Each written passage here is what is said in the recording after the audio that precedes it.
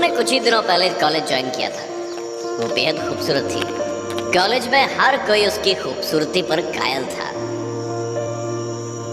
Madam, college में आते ही अपना जादू चला दिया। देख, सबकी नजर तुझ पर ही है। खुशबू अपना फोन चेक करती है तो उसमें रोहित की रिक्वेस्ट आई होती है। खुशबू खुश होकर अपने दोस्तों के साथ शो ऑफ करने लगती है। Guess what? मुझे रोहित की फ्रेंड रिक्वेस्ट आई है। तो बोलो क्या करूं? अभी रिक्वेस्ट एक्सेप्ट कर लूं या थोड़ा तड़पने दूं उसे? क्या? रोहित की रिक्वेस्ट? तू तो बड़ी लकी है यार, बड़ा ही हैंडसम है वो तो। तभी उसकी सीनियर सोनिया वहां आ जाती है और रोहित का नाम सुनकर घबरा जाती है। क्या? तुझे रोहित की रिक्वेस्ट आई है? नहीं नहीं, बिल्कुल भी एक्सेप्ट मत करना। जितना हो सके उससे दूर ही रहना खुशबू। लेकिन क्यों? मेरी मानो खुशबू, रोहित को भूल जाओ, वरना जो तुम्हारे साथ होगा उसकी जिम्मेदार तुम खुद होगी। प्लीज मेरी बात मानो, मैं तुम्हारे भले के लिए ही कह रही हूँ। सोनिया वहां से चली जाती है। लोग भी ना कितने जलनखोर होते हैं।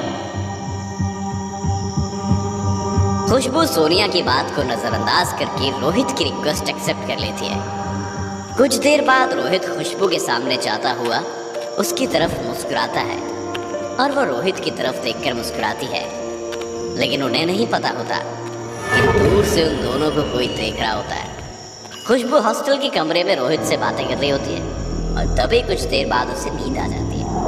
उसी रात हॉस्टल में खुशबू के कमरे के दरवाजे पर दस्तक होती है। खुशबू नींद से उठती है। अब इतनी रात कौन हो सकता है?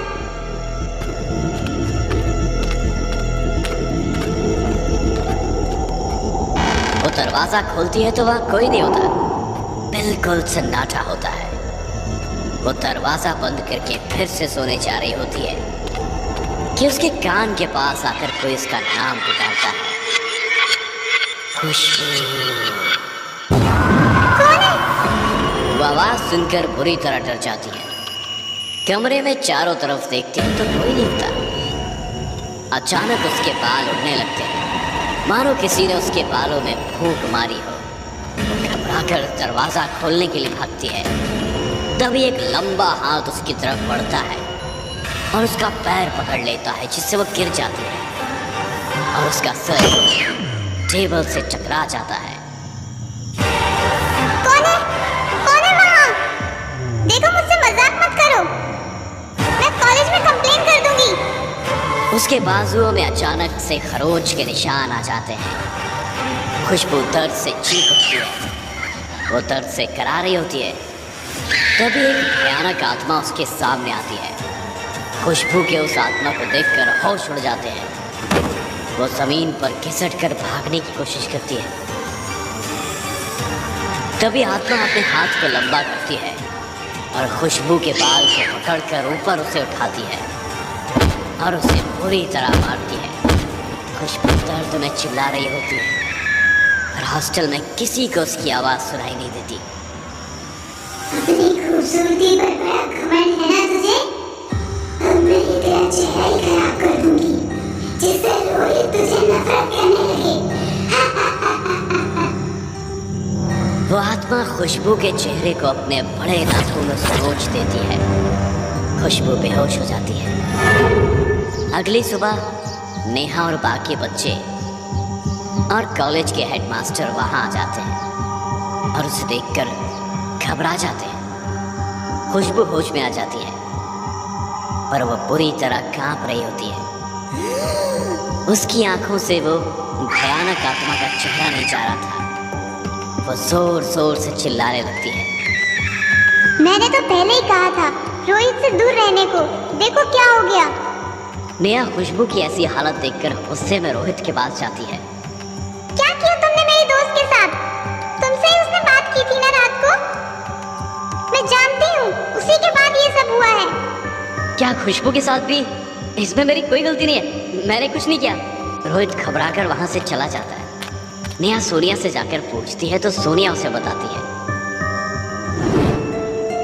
से 1 साल पहले रेवा नाम की एक लड़की ने कॉलेज ज्वाइन किया था।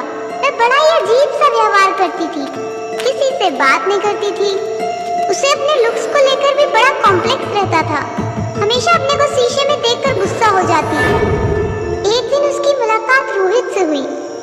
वह रोहित को पसंद करने लगी, पर रोहित तो उसे नोटिस भी नहीं करता था। एक दिन हिम्मत करके उसने रोहित को अपने दिल की बात बताई, तो रोहित ने सबके सामने उसे मना कर दिया। आशा से प्यार करता हूँ, सॉरी। रेवा ये बर्दाश्त नहीं कर पाती और खुद की कलाई काट लेती है। अगले दिन उसकी लाश के साथ दीवार पर खून से लिखा होता है कि रोहित सिर्फ मेरा है और मेरा ही रहेगा। उसी रात रेवा ने अपना पहला शिकार आशा को बनाया। उसके दरवाजे पर भी रेवा ने दस्तक दी। कौन है दरवाजे पर? लगता है रोहित है। उसने जैसे ही दरवाजा खोला, खून में लिपटी रेवा उसके सामने खड़ी थी। आशा के रेवा की आत्मा को देखकर होश उड़ गए। कौन हो तुम?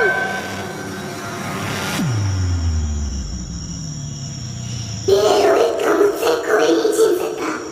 वो सिर्फ मेरा है और मेरा ही रहेगा। आत्मा आशा का सर दीवार से पटकती है और उसे घसीटते हुए छत पर ले जाती है। आशा आत्मा की डर से अपने आप ही छत से कूदकर अपनी जान दे देती है। जब से रोहित से जो भी लड़की प्यार करती है, रेवा या तो उसे मार डालती है या फिर उसका खुशबू जैसा हाल कर देती है। अगर ऐसा ही चलता रहा तो ये आत्मा ऐसे ही सबकी जान लेती रहेगी।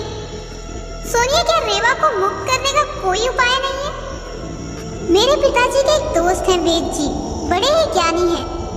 उन्होंने एक उपाय बताया था कि रेवा की आत्मा को मुक्ति दिलानी होगी, पर उसके लिए उसे बुलाना जरूरी है। पर इसके लिए कौन अपनी जान खतरे में डालना चाहेगा? इसलिए उसकी आत्मा को मुक्ति नहीं मिल पाई है। मैं बुलाऊंगी रेवा की आत्मा को। मैं अपनी दोस्त खुशबू का बदला लूंगी। तुम मुझे वो उपाय बताओ सोनिया। हमें उस आत्मा को अपने जाल में फंसाना होगा और किसी तरह रोहित को ही उसके गले में मंत्रमाला डालनी होगी, तभी उसे मुक्ति मिल पाएगी। पर क्या रोहित इस बात के लिए तैयार होगा? मैं अभी उससे बात करती हूँ, वो जरूर मेरी बात समझेगा। नेहा रोहित को फोन पर सब समझाती है। मैं तैयार हूँ नेहा, तुम बताओ मुझे क्या करना है, मैं तुम्हारा साथ जरूर दूंगा। नेहा वेद जी से मंत्रमाला लेने जाती है। याद रखना बेटी, इस रोहित को ही ये माला उस आत्मा के गले में पहनानी होगी, तभी उस लड़की की आत्मा को शांति मिलेगी।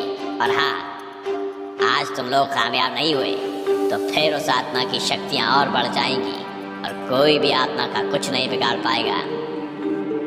जी, हम पूरी कोशिश करेंगे। अगले दिन कॉलेज में नेहा रोहित से प्यार भरी बातें कर रही होती है और रेवा की आत्मा गुस्से से उसे देख रही होती है। उसकी आंखें लाल हो जाती है। रात का वक्त है। नेहा रात में अपने कमरे में जाती है और रेवा का इंतजार कर रही होती है। तभी उसके सामने वाली खिड़की खुल जाती है और रेवा की आत्मा नेहा के सामने आ जाती है और आत्मा गुस्से से तिलमिलाई होती है। उसकी लाल आंखों से खून टपक रहा होता है। तेरी इतनी हिम्मत कि मेरे रोहित के करीब जाएगी? तुझे तो मैं ऐसी मोल दूंगी कि कॉलेज की कोई भी लड़की रोहित के पास नहीं भटकेगी। आत्मा अपना विकराल रूप ले लेती है। नेहा उससे बचकर कमरे से भागती है, पर वो आत्मा उसके सामने आ जाती है और उसका गला दबाने लगती है। नेहा का दम घुटने लगता है।